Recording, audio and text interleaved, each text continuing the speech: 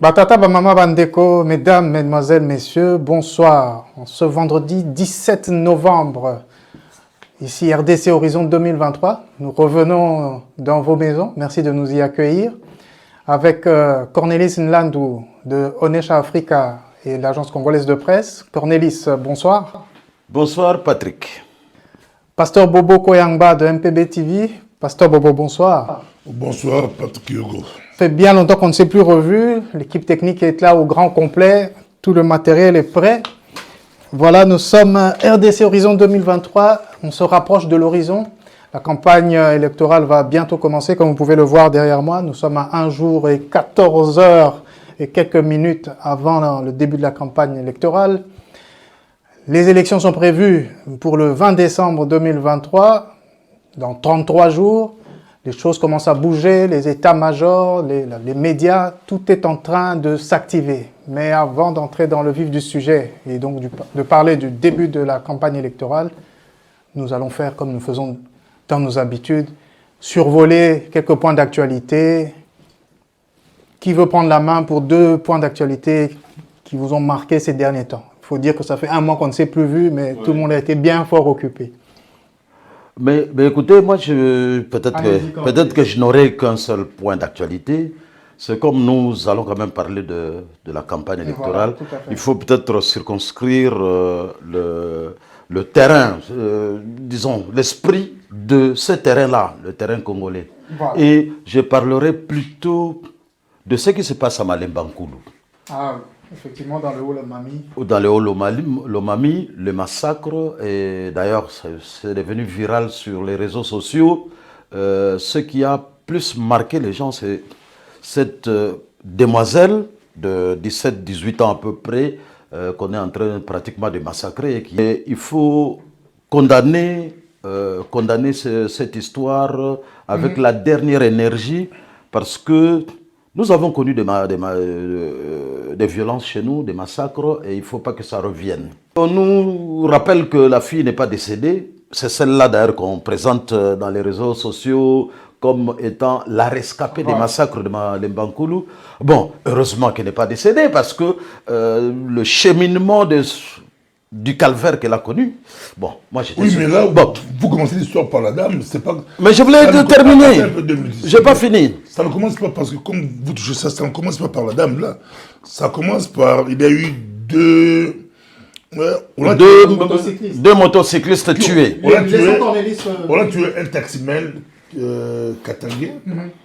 On suppose qu'il n'y a pas des Kassaïens. Les Katangais ils ont fait leur représailles. Ils ont tué quand même. Merci Bobo. J'ai des morts. Et aussi, il réplique, donc il y a des morts c'est ce que Cornelis allait dire. Merci. Oui. En fait, c'est ce que vous dites là, c'est ce que j'allais dire exactement. Ouais, parce que là, nous sommes à la fin du processus qui amène aux violences, au massacre des populations, à cause de faits d'exclusion. Une communauté qui exclut l'autre. Et nous en avons parlé ici. Ce que nous voyons à Malemba-Nkulu n'est que la face immergée de l'iceberg. Oui, la face émergée de l'iceberg. Parce que nous l'avons dit ici depuis longtemps. Quand nous entendons, vous savez, ce pays-là nous appartient à tous. À tout le monde. Quand nous entendons des gens qui entrent dans les avions officiels, qui disent « Ah, c'est notre pouvoir à nous. C'est un pouvoir à Balouba. » Il y a un danger, parce que là, vous êtes en train d'exclure. Ce n'est pas votre pouvoir, c'est le pouvoir congolais. Ce n'est pas le pouvoir d'une ethnie. C'est un bon rappel de dire que le Congo appartient à tous les Congolais, et c'est surtout ça qu'il faut rappeler, la cohésion nationale. Et plus près de nous, il y a eu un gouverneur de province qui a tenu un meeting public où il disait que les candidats d'autres provinces ne viennent pas battre campagne chez moi, dans ma province. Ça, c'est vraiment des choses qu'on ne Oui. peut pas laisser passer, effectivement. Tout le monde l'a entendu, il n'y a eu aucune sanction. C'est toujours dangereux parce que le problème, ce qui se passe aujourd'hui, c'est même pire que le M23. Le M23 est en train de massacrer les gens dans l'Est de la RDC. Nous avons envoyé les FRDC pour combattre le M23. Mais aujourd'hui, ce qui se passe avec l'exclusion, ça commence à Malembankoulou. Et si ça commence à s'étendre au Bas-Congo, on dit « Ah non, Mouzito n'est pas du Congo central, il ne vient pas ici. » C'est dangereux. Ça risque d'enflammer toute la République. Et donc... d'avoir tiré la sonnette. Oui, voilà. Oui. Il faut que la cohésion nationale puisse être sauvegardée. Pasteur Bobo, comme Cornelis n'avait qu'un point d'actualité, vous avez peut-être l'occasion de survoler 2 ou 3 petits points. Et puis on va parler de la campagne en plus en détail. Ça serait un peu trop, mais je peux revenir en costume. Je reviens sur le dossier Malembankoulou. Moi, j'ai condamné ça, qu'on ne peut pas tuer quelqu'un parce qu'il est Moulouba ou il est Katangé. Ça, nous condamnons. Oui, fermement. Parce qu'il est Mungala, ou Bandundu, Congo. Nous condamnons vraiment avec fermement, la dernière énergie. Et d'ailleurs, il y a, ici à Bruxelles, je veux aller dans un deuil où il y a une dame qui pleure. Je l'ai eu aujourd'hui au téléphone. Une personne qu'on connaît, beaucoup de personnes connaissent aussi. Elle pleure son frère qui est métis. Katangé. Tué parce que la représailles, les autres se sentent lésés. On a tué leur frère aussi. Ils viennent, on dit que c'est le frère de Moïse Katumbi, parce qu'il est métis. Or, il n'est pas le frère de Moïse Katumbi. Il a été tué. Tué. Donc, je vais être dans ces deux. Tout ça, ça devient un peu... Il faut que le gouvernement fasse quelque chose sur le lieu camp. C'est 2 groupes. C'est 2 groupes parce que il y aura vengeance. Et je ne crois pas que les gens qui ont tué le premier, ça c'est bon. Je ne pense pas qu'il a été tué parce qu'il est Katangé. Je ne pense pas. Ça peut être, simplement parce qu'il est métis. Ça peut être le premier. Le premier, voilà. Ça peut être une erreur. Les autres ont fait représailles chez les Balouba pour tuer les Balouba. Les autres, il y a des représailles, c'est compliqué, mais il faut une enquête. Il faut qu'on... Une enquête. Et puis si je prends les propos du gouverneur du Kassai, là. Kassai central, je crois. Moi, j'ai condamné cela. Je n'ai pas compris. Oui. Le Kassai, c'est le fief de Tshisekedi. Pour quelle raison, toi, tu es gouverneur du Kassai? Même si tous les candidats partaient là-bas, Tshisekedi va gagner au Kassai. Ça, on sait. Pour quelle raison tu vas... Il le dit en public. Les autres ne viennent pas ici. La responsabilité des hommes politiques et des candidats... Il fallait l'arrêter. Oui. Merci pour votre cri de cœur, Pasteur Bobo. Oui, il y a beaucoup de dossiers qui peuvent... Bon, on peut en parler. Le deuxième. Dans la diaspora, il y a un dossier qui... on dirait les Congolais de la diaspora, ils ont leurs problèmes aussi autres. Ici, d'abord...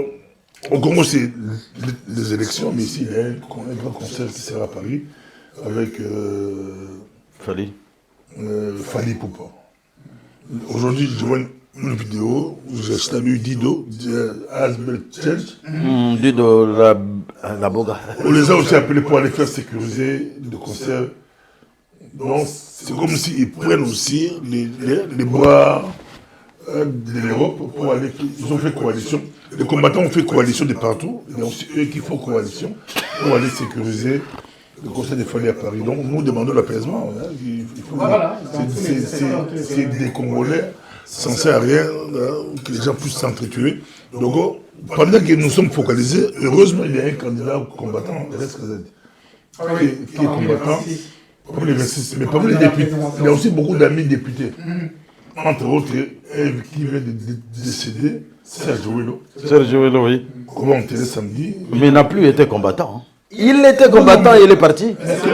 Un combattant reste combattant. Ah non. Un opposant reste opposant. Non, il ne faut pas dire ça. Non, pour dire qu'un combattant qui est allé au pays oui. Pour faire des élections. Donc, il y a beaucoup de combattants qui sont partis au pays pour faire des élections. Et il y a d'autres qui restent des radicaux pour continuer leur combat. C'est aussi un très bon combat, mais c'est un peu compliqué. Nous appelons l'apaisement. Le conseil, c'est juste samedi, le 25. Le 25, oui. Le 25, mais ça va continuer, le pays continue. C'est un peu la tension. Au pays, la campagne démarre. J'aimerais bien qu'on reste sur le demandons de l'apaisement. Voilà. Vous savez que les élections, ça se cohésion nationale, pas d'exclusion. Mais il faut dire aussi que bon, c'est aussi une période délicate. Les combattants disent nous ne voulons pas de concert. Maintenant là, il y a un concert. Les combattants ont amené tous les hommes forts. Et l'anti-combattant amène aussi, Fali aussi amène un regroupement d'hommes forts. Est-ce qu'ils vont s'entendre? Est-ce qu'ils ne vont pas s'entretuer? Moi, je crois plutôt que c'est en amont, on devait trouver une tierce personne qui peut concilier les deux points de vue. Le message est lancé, mais je crois que les démarches ont été prises dans ce sens. Mais bon, voilà, on verra.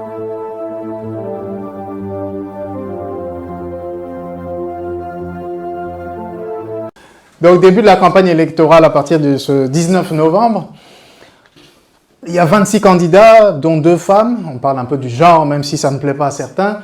Des gens de tous bords, on l'avait déjà dit ici, plusieurs anciens premiers ministres, des gouverneurs, au moins 2, des gens de la société civile, dont un prix Nobel de la paix. Voilà, le décor est planté. Comme toujours, le président sortant, lorsqu'il se représente, est par favori, d'autant plus qu'il y a autant d'adversaires politiques pour cette campagne. La question du fichier électoral, qui est la base même sur laquelle l'issue des élections va être portée. Alors, Cornelis, quel est votre sentiment d'abord sur les 26 candidats de manière générale? Oui, de manière générale, vous l'avez dit, Patrick, nous avons en face de nous, nous les électeurs, nous avons en face de nous 26 candidats, 2 dames, dont Marie-Josée Ifoukou, la deuxième c'est Billet, Joël Billet, que je ne connais pas très bien, mais bon, le nom ça me dit quelque chose. Mais nous avons failli avoir 3 dames, c'est nous parlons du genre ici, oui, l'écart est quand même très grand entre nos 24 hommes et juste 2 dames.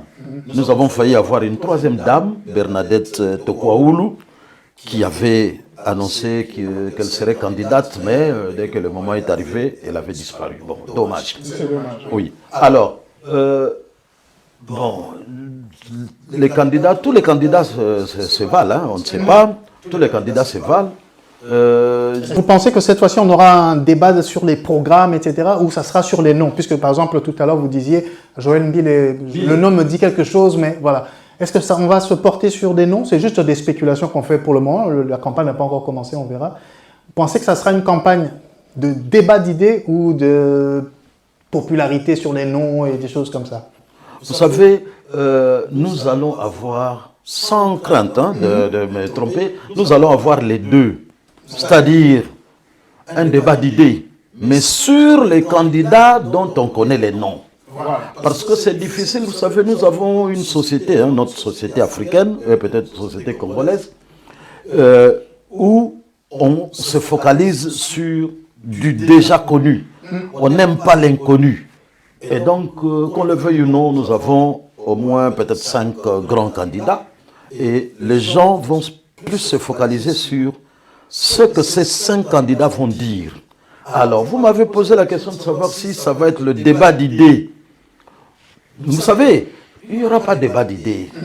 Je vous le dis franchement, j'ai de l'expérience dans les élections, j'ai de l'expérience avec mes compatriotes congolais. Il n'y aura pas un débat d'idées parce que tous les candidats vont parler des mêmes choses.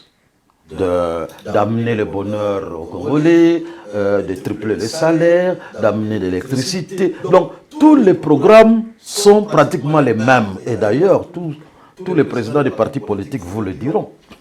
Tous les statuts des partis politiques, les objectifs ont toujours été les mêmes. C'est-à-dire que les problèmes du Congo n'ont jamais été résolus jusqu'à aujourd'hui, puisque si tous les candidats reviennent toujours avec les mêmes promesses, Effectivement, donc, tout le monde le dit, depuis 60 jusqu'à aujourd'hui, nous avons les mêmes problèmes. Les routes sont mauvaises, nous n'avons pas l'eau, nous n'avons pas l'électricité, nos poissons meurent de vieillesse dans nos rivières et nous allons importer. Vous savez, j'ai assisté à une conférence de presse avant-hier, j'ai failli pleurer. Nous avons autant de milliers d'hectares de terres arables dans notre pays où on peut cultiver, mais nous importons tout pratiquement. 3 milliards de dollars par an d'importation de nourriture. Mais ça ne suffit pas parce que dernièrement au Katanga, donc en fait les problèmes des Congolais depuis 60 sont restés les mêmes. On ne les a jamais résolus et ceux qui vont venir vont parler des mêmes problèmes qui ne vont pas. Donc les Congolais vont aller aux urnes. Sur base de quoi? Sûrement des noms. Merci Cornelis. Pasteur Bobo. Qu'est-ce que ça vous inspire tout ça? Est-ce que ça sera encore du déjà vu? Cornelis a remonté jusqu'aux années 60, mais si on regarde les 3 derniers cycles électoraux ici, est-ce que ça a toujours été comme ça et ça va toujours être comme ça? On se focalisera sur les noms et que les candidats viendront avec exactement les mêmes programmes, avec quelques virgules ou nuances près?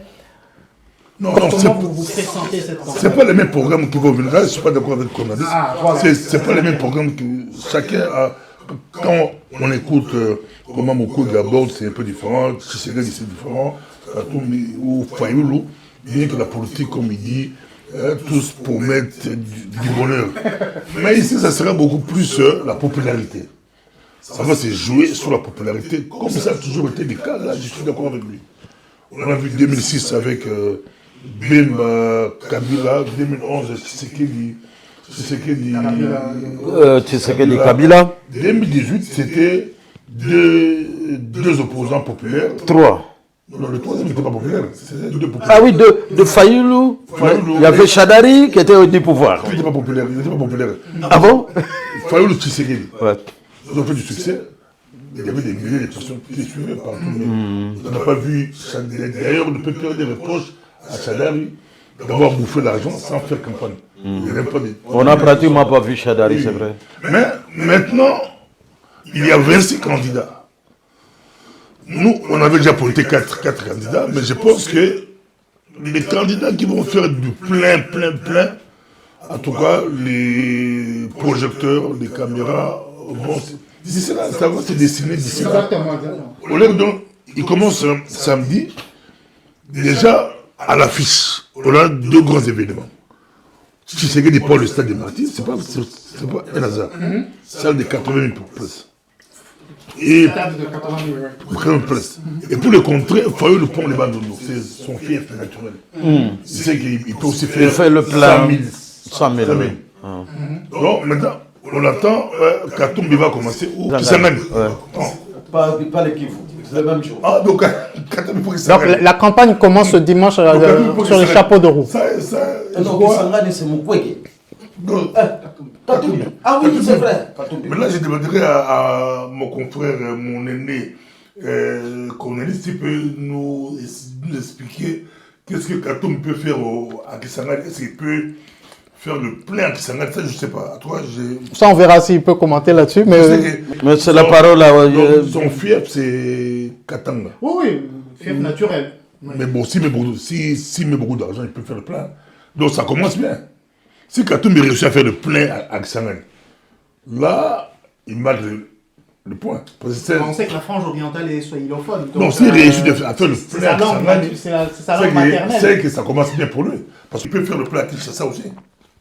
Partant de l'idée qu'il faut être populaire pour être élu. Populaire pour être élu, donc tous les autres là, le terrain là, c'est pour tout le monde. Hein. Il faut être populaire. Mais ce n'est pas qu'au Congo. Aux États-Unis, Obama était populaire, Trump populaire, et Joe Biden. En France, on voit même les 3 candidats qui étaient bien que Zemmour était au bas en bas.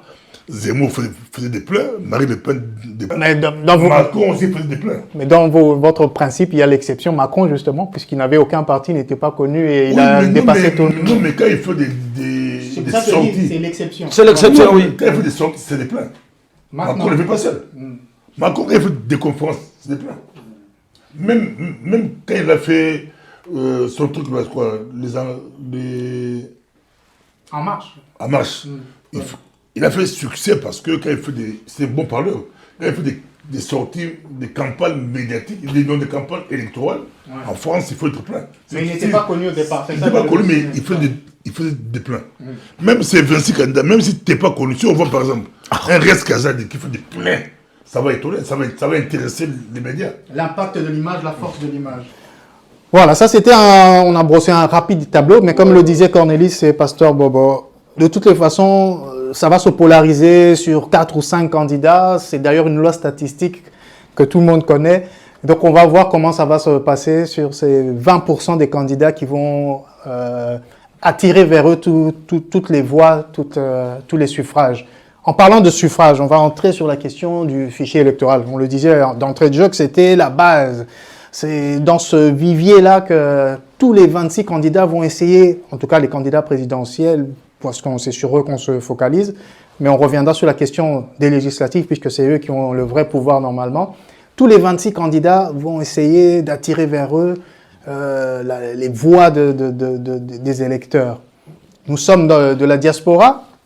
Cette année-ci, bien nous en prennent, nous avons la Belgique, la France, la République sud-africaine, le Canada et les États-Unis qui vont participer aux élections présidentielles.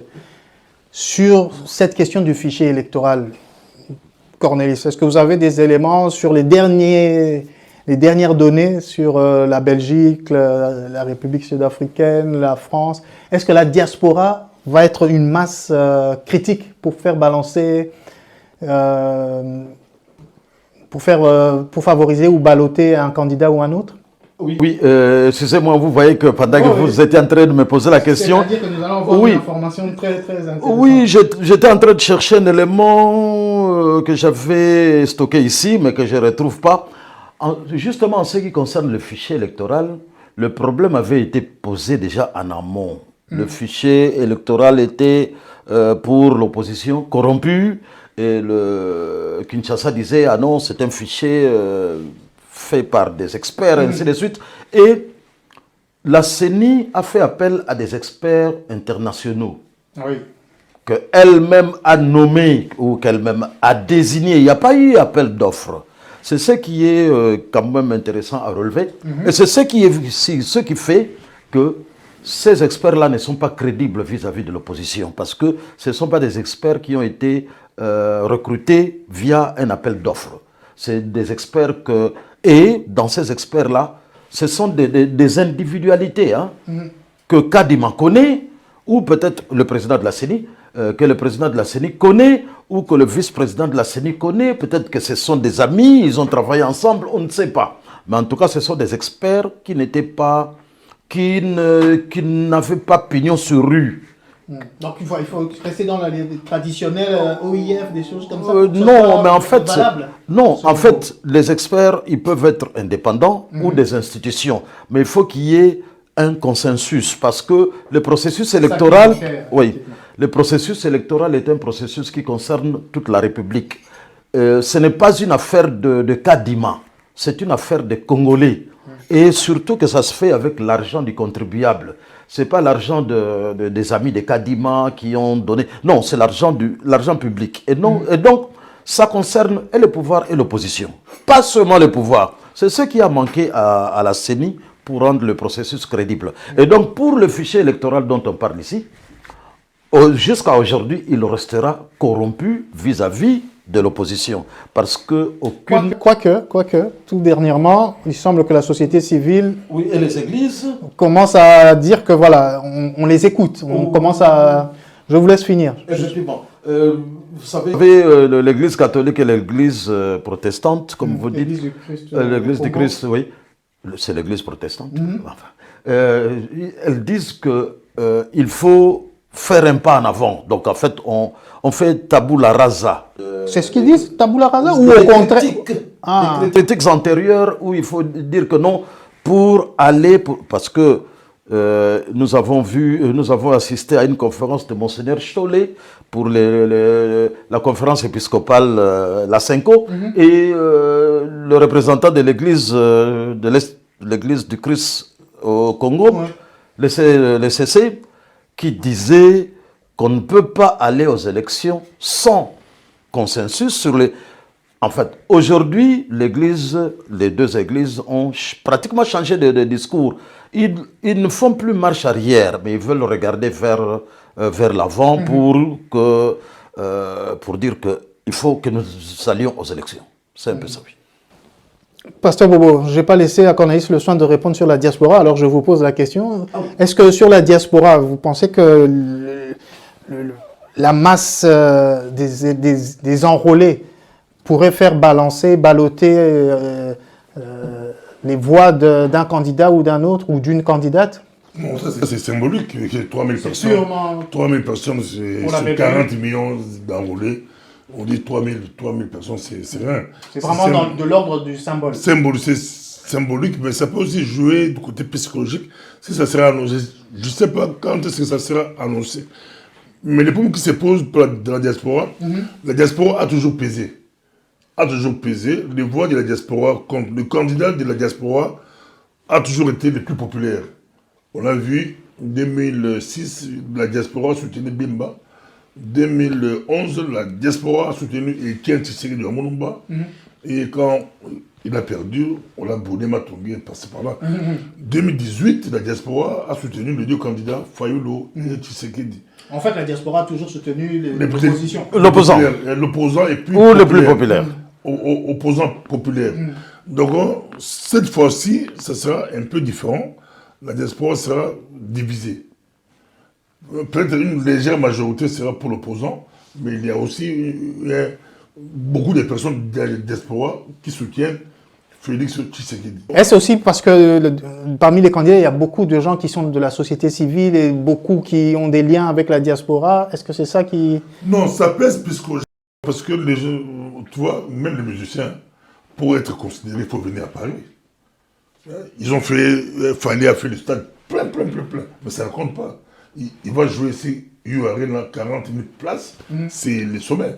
Donc, quand les Congolais de l'Europe, c'est comme si les Congolais de Kinshasa attendent de voir... Entre guillemets, ils attendent le mot d'ordre. Les mots d'ordre. Qu'est-ce que nos amis disent? Donc, c'est ça qui joue. C'est pourquoi tous ces leaders populaires à Kinshasa contrôlent bien la diaspora, ils ont leurs antennes, ils suivent, ils payent même l'argent aux leaders d'opinion, pour qu'on puisse parler bien d'eux. Bon, ils pensent que ça joue aussi avec les médias internationaux, parce que nous vivons ici avec les RFI, les France, les RTBF, les autres. Oui. Quand ils veulent tâter le terrain, ils peuvent aussi passer par nous, passer par la poste de la diaspora ou la diaspora pour savoir d'où ça joue psychologiquement. On va mais il y a aussi un élément que j'ai beaucoup aimé quand vous parlez de la diaspora. J'ai beaucoup aimé l'interview de Félix Tshisekedi, pas l'interview. Tshisekedi était avec Kadima. Alors que Kadima a reçu les candidats. Oui. Bon, tous les candidats à la présidentielle. J'ai beaucoup aimé la question de Tshisekedi, bien que beaucoup de la diaspora l'ont critiqué, ça on comprend. S'agissant des cartes d'électeurs? Non, une question qu'il a posée, c'était par rapport à l'Est. Décalage horaire. Décalage horaire. D'ailleurs, sur MPB TV, je crois que vous en avez parlé. Je l'ai parlé, les gens n'ont pas compris que c'était très sage de sa part, parce que il sait qu'ils ont aujourd'hui un candidat qui est arrivé de l'Est, qui est populaire là-bas, et puis à l'extérieur. Tous les médias occidentaux regardent ce candidat-là. Et avec le décalage horaire, s'il arrivait que Mukwege gagne l'Est, et qu'on publie ça avant, or si tu gagnes l'Est, tu n'es pas président, logiquement. Quand on voit, il faut attendre qu'on puisse compter. Mais si déjà on publie avant que tel a gagné, ça peut jouer. Donc là, sa question était vraiment sage. Mais pasteur Bobo, plus grave encore, si ici nous, dans la diaspora, nous avons une heure d'avance sur Kinshasa, nous aurons une heure d'avance sur Kinshasa à la publication. Et si vous disiez là que la diaspora est un peu comme la boussole. Si on publie le résultat de la diaspora avec l'opposant populaire qui a gagné, c'est aussi un problème. Ça peut jouer, oui. Et donc, la question de... gagné, en France, tel a gagné, oui. Et que ça passe dans les télévisions à Kinshasa, oui. Ça peut aussi jouer. Là vous avez le don.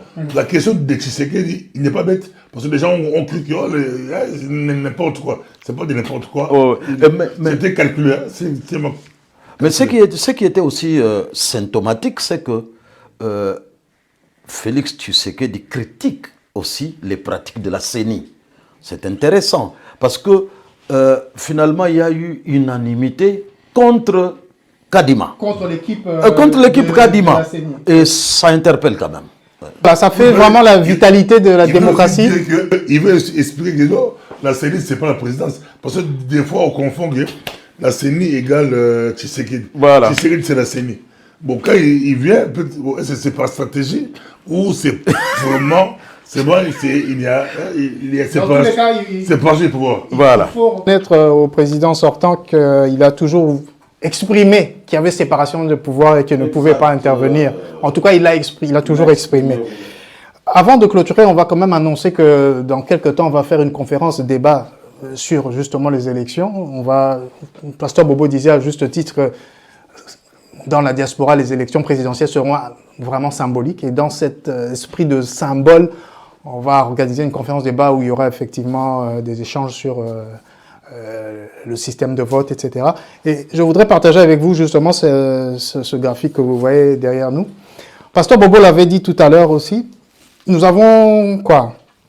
Comme vous voyez en rouge ici, le fichier électoral tel qu'on le connaît aujourd'hui. 44 540 883 enrôlés. Et depuis que les élections ont commencé dans la Troisième République, ce fichier électoral n'a fait que grossir, en même temps que la population que vous voyez dans le graphe en jaune. Mais étonnamment, quand vous regardez en vert ici, le nombre de votants, ceux qui vont vraiment aux urnes pour voter, ça stagne autour de 16 millions, 18 millions, mais ça ne bouge pas. Depuis 2006 jusqu'à 2023, on est toujours autour de 18 millions. Donc les gens qui vont aux urnes ne sont pas très nombreux, à moins de dire que tout ça est truqué et que c'est toujours le même nombre de votants. Alors les candidats ont besoin, c'est une nécessité, qu'ils puissent battre campagne pour faire venir les gens pour aller voter, pour qu'il y ait des gens qui alimentent cette démocratie. Et l'élément sur lequel nous allons bien nous appesantir lors de notre conférence débat, c'est cette baisse de légitimité du président de la République. Vous le voyez dans le graphique en bleu. Le président qui a été proclamé en 2006 avait été élu par 9 436 000 et quelques personnes. En 2011, il avait été élu par 8 880 000 et quelques personnes. En 2018, le président proclamé, le président sortant Félix Tshilombo Tshisekedi, a été proclamé avec 7 51 013 électeurs. Il y a cette inversion, les gens ne votent pas beaucoup et ceux qui votent ne donnent pas beaucoup de voix au président de la République. Comme le disait Pasteur Bobo, lorsque quelqu'un est voté à 7 millions sur un fichier de 35 millions, pour parler de les dernières élections, il y a un problème démocratique. Et donc nous vous invitons tous à nous rejoindre au centre culturel de Grimbergen, où nous allons faire quelque chose de spectaculaire. On vous tient en haleine, on vous donnera toutes les dates, le pasteur Bobo est là-dessus, nous-mêmes nous travaillons sur tous les détails, et nous espérons vous voir nombreux pour qu'on puisse discuter sur la légitimité de la fonction présidentielle lorsqu'on est élu qu'à moins de 10 millions de votants et qu'il n'y a que 18 millions qui vont voter sur des fichiers électoraux qui, pour cette fois-ci, sont à 44 millions. Il y a un souci de démocratie. On en discutera. Un dernier mot peut-être, Cornelis, si vous avez quelque chose à dire avant que nous attendions les élections la campagne qui va commencer très bientôt. Oui, mais écoutez, vous avez... Je vais vous remettre... Oui, vous avez mis un graphique intéressant qui nous interpelle. Parce que je vais aller plus loin. ici, nous sommes sous, enfin, disons, les élections récentes. Mais en 1997, sous Mobutu, il y a eu des élections législatives à travers le pays. Et à Kinshasa, il y avait 12 sièges pour Kinshasa. Il y a eu 11 Bakongo et un seul de l'Équateur. Et le seul de l'Équateur, c'était le président de l'équipe Matongé, là. Mais je ne vois plus le nom. Ça nous reviendra. Ça nous reviendra. C'est le seul, il est de l'Équateur. Il a été élu. Mais pourquoi il a été élu? Parce qu'il faut savoir que la ville de Kinshasa, c'est un peu comme si vous allez dans le Congo central. Hein. Il y a plus de Bakongo que d'autres personnes. Et dans le temps, et même jusqu'à aujourd'hui, dans la ville de Kinshasa, il n'y a plus de Bakongo, c'est-à-dire Congo central et Bandundu. C'est vrai, parce qu'on dit qu'il se raconte que ça a changé, la démographie à Kinshasa a changé. Exact. Est-ce que les Bakongos sont toujours populaires? Non, majoritaire, pas populaire, majoritaire, oui. Majoritaire. Maintenant, avec l'exode rural, écoutez, aujourd'hui, Kinshasa a plus ou moins plus de 11 millions. Mais je vous réponds. Allez-y, Cornelis. Quand nous parlons de Kinshasa, nous parlons de Bandundu et Congo central, les Bakongo, pardon, hein, dans l'histoire dont nous parlons ici. Et les Bakongo sont toujours majoritaires, évidemment. Aujourd'hui. Ah oui, évidemment. Beaucoup de Kivusiens, des Kassaïens, des Katangais, des... Mais ce que vous dites là... Il y a beaucoup d'exodes. Mais ce que vous dites là, ce que vous dites, vous me donnez raison. Il y a beaucoup de gens de Bandundu qui viennent, beaucoup de gens de Congo central qui arrivent. Et Kinshasa est plus accessible pour les gens de Bandundu et les gens du Congo central. Ils peuvent même venir à pied, alors que les autres, ils ont des difficultés pour arriver. Et donc les gens du Congo central, en fait, c'est pour dire que au moins une fois, on a vu quelqu'un être élu, pas pour son origine. Et vous avez dit qu'on va voter par... On a dit ici, hein, le programme populaire. Non. Lui, il a fait une campagne à l'américaine. Il a lancé des cartables, il a lancé des polos. C'était la première fois qu'on voyait cela sous le MPR Parti d'État. C'était la première fois qu'on voyait cela. C'était quel candidat? C'était... Mole Kanzulama. Ah, c'était Mole Kanzulama. Ah, puis avant lui. Non, qui sont... C'est l'américaine. Qui sont... Mais pas la présidente. Non, qui sont... Non, c'était toujours... Oui. Les années 70, c'était Kisombe. Oui, ça...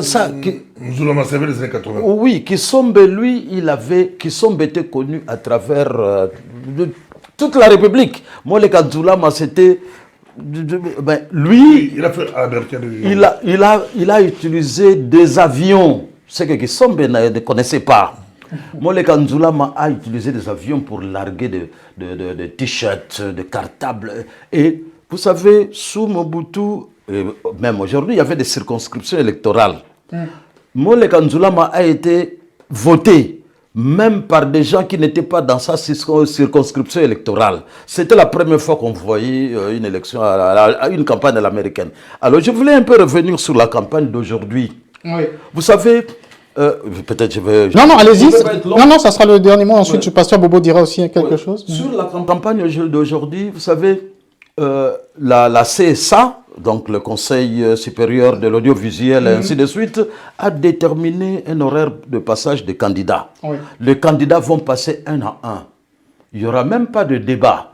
Et le candidat, lorsque Fachi passera, tout le monde va applaudir. Parce qu'on est de l'UDPS et de l'Union Sacrée. Quand Fayoulou va venir, tout le monde va applaudir parce qu'on est de l'SID. Et donc, c'est des débats sans objet que nous allons organiser sur la RTNC. Vraiment des débats sans objet, parce que chaque candidat va venir, rien qu'à voir sa tête, avant qu'il commence à ouvrir la bouche, tout le monde va déjà applaudir. Parce que, soit on est de l'SID, soit on est de l'UDPS ou de l'Union Sacrée, soit on est pro... Mukwege, ainsi de suite. Donc, il n'y a aucun intérêt. Non, pas du tout. Pas du tout. Et donc, on entrera à l'émission de la RTNC et on sortira avec la même appréhension. Donc on n'aura rien appris. Rien appris. Évidemment, Pasteur Bobo va être d'un avis contraire. Les gens viendront avec leur programme, ainsi de suite. Mais tout le monde va dire la même chose. Ils vont parler du bonheur, que votez pour moi, vous serez riche. Votez pour moi. Et je vous rappelle d'ailleurs une vidéo qui passe dans les réseaux sociaux où Fachi, opposant, dit: si nous arrivons au pouvoir, vous les policiers, chacun aura une voiture, chacun aura une maison. On a 5 ans plus tard, on a la réponse. Merci, Cornelis. Pasteur Bobo, est-ce que vous avez un dernier point à soulever? Oui. Et on se prépare de toute façon pour la campagne où on va être vraiment au taquet. Oui, moi j'avais déjà ciblé 4 candidats. Bon, on nous dit que Katumbi sera à Kisangani, Tshisekedi à Kinshasa. À Kinshasa. Fayulu à Kikwiti. Je ne sais pas où sera Mukwege. Je l'ai écouté aujourd'hui dire qu'il va présenter son programme lundi. Mais je ne sais pas là où. Je vais vérifier. Oui. Mais moi, ce qui m'intéresse comme média, c'est leur programme. Leur popularité aussi, ça va m'intéresser parce que si Tshisekedi arrive au stade, il ne fait pas le plein, c'est l'échec. Ça, je vous le dis d'avance.